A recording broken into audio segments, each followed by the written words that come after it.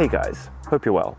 In today's video, we're looking at a number of ways you can speed up your Windows 10 PC, laptop, or tablet without spending any money. Keep in mind that this guide is aimed towards those who are not so tech savvy. So if you are, you may already know all of the tips I'm about to give. In any case, I will label these sections so you can skip over steps that you may have already tried. With that being said, let's get straight into tip number 1. Restart your PC. It's the most basic step you can possibly take, but it often does help. I've worked in the IT industry for almost a decade now, and the turn it off and on again tip is the most common tip for a reason. It clears out your RAM or your random access memory and can often free up resources that are being taken up by applications that you don't need or you aren't using. Alternatively, you can open up Task Manager by right-clicking on your start bar and clicking on Task Manager. Or you can use the keyboard shortcut Control, Shift, and Escape. From here, you can see all of the applications running, both in the foreground and background, and you can take steps to free up resources if your PC is encumbered. Check out your CPU usage and your memory usage, especially if it looks particularly high. It could be from a program you aren't currently using or don't need, in which case you can right-click on it and click on End Task.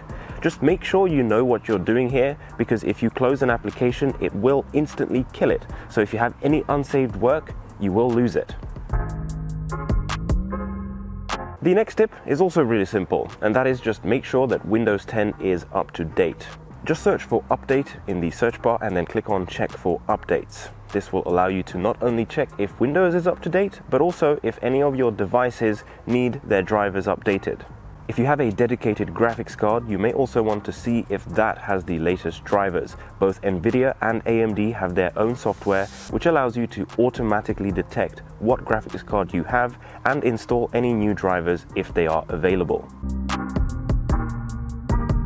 The next tip is to limit what programs you allow to start up automatically when your PC starts. Whether you realize it or not, many programs you install will automatically try to start as soon as you turn on your computer, even if you don't need it until later, or maybe you don't need it at all. You can also access this through the Task Manager by clicking on the little tab at the top called Startup. Microsoft has even added a column where you can see how much of an impact the program has. Some programs like antivirus software can significantly slow down the startup process. Moving on, we must talk about malware and viruses. Browsing the internet is a risky business, and clicking on the wrong link or downloading the wrong file may end with you having malware on your PC that can not only compromise your privacy, but it can also significantly impact the performance of your computer. Windows Defender comes built in, and it can make it easy for you to find malware. That being said, from my personal experience, I find that it can sometimes miss things that other third-party applications may find. The one I've been using for many years is called Malware Bytes, and you can install it completely free and use it to run scheduled or manual scans of your PC. There is also a paid version which adds active protection, which basically means that it will actively scan all of the websites you visit and all of the files you download to make sure they are safe. Just bear in mind that, in general, active protection tends to use up a lot of your PC's resources, so if your goal here is to speed up your PC, you may want to stay away from active protection. Alright, so next up we have a tip to remove or uninstall programs and applications that you don't need.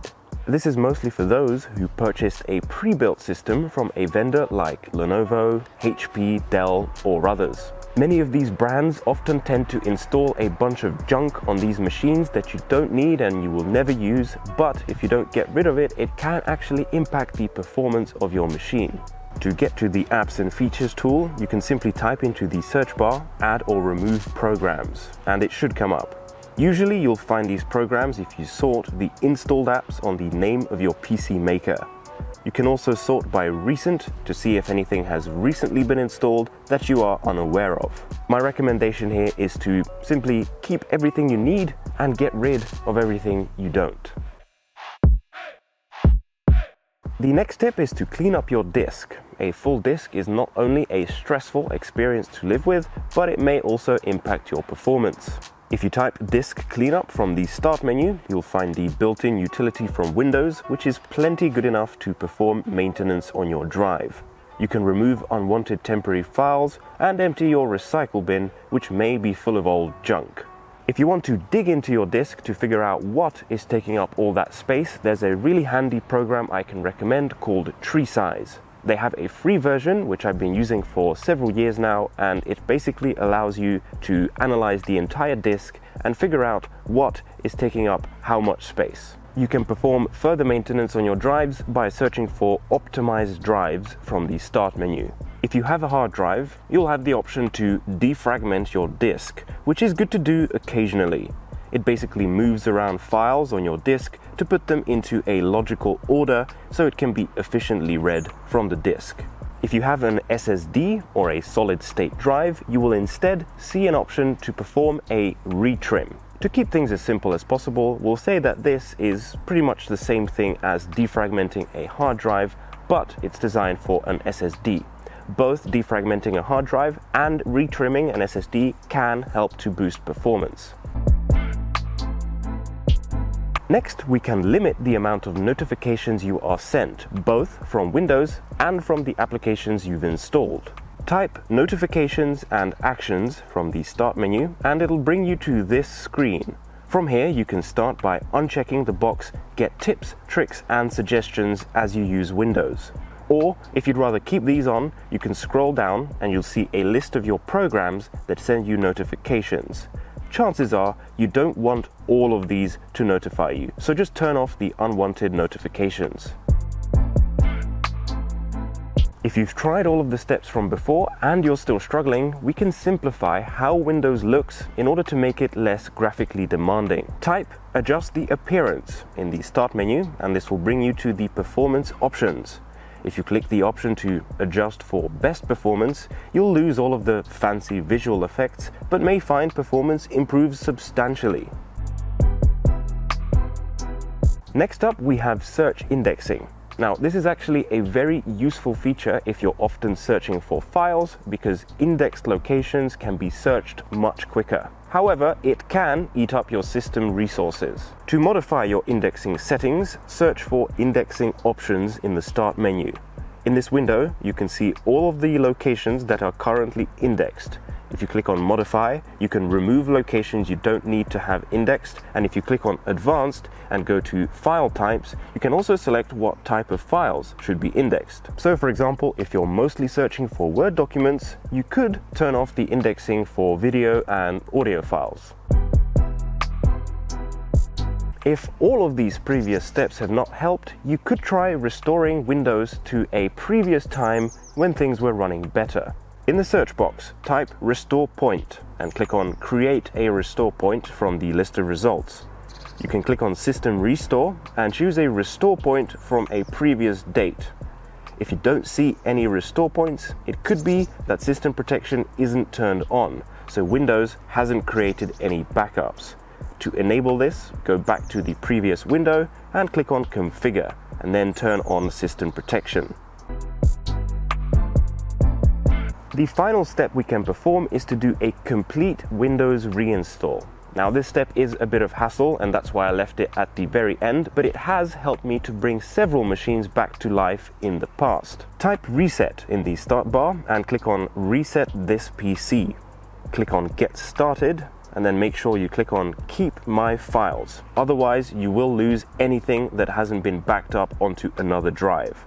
So with this option, Windows will be reinstalled and all of your applications will be removed, but all of your files should be kept. Now, if you've tried everything on this list and your machine is still sluggish, unfortunately, you may have no option other than to spend some money on upgrades. If you have Windows running on a hard drive, the biggest and most important upgrade I could ever recommend would be for you to switch over to an SSD. It doesn't have to be a large one, it only has to be big enough to run Windows and perhaps a couple of your most important applications. So even like a 256GB SSD would be a perfectly fine option, and they really aren't that expensive these days. You will have to reinstall Windows onto the new drive, however. So if you're not comfortable on doing that alone, you may want to contact a friend or a family member who can help you out. You may also want to look into getting more RAM or random access memory for your machine. You can check how much you have right now by clicking on the Start button and clicking on System. Then look for Installed RAM. I'd say if you have 8 GB or less, I would recommend that you upgrade to 16 or more. But this is really a general recommendation, and it may not be what is slowing your machine down. You can check out your memory usage by going to Task Manager like we've done before. So right click on the Start bar at the bottom and then click on Task Manager. If your memory usage is regularly close to maximum, you should get some more. Installing more RAM or memory into a PC or even a laptop is a very simple process, and there are plenty of great YouTube videos out there that will show you exactly what to do. So that's all I have for you today. I hope you found some of these tips useful. If you have any more tips for the community, please drop a comment down below. Thank you guys so much for watching as always. If you enjoyed this video, please don't forget to leave a like as it helps my channel to grow. Subscribe if you haven't already, and I'll see you guys next time.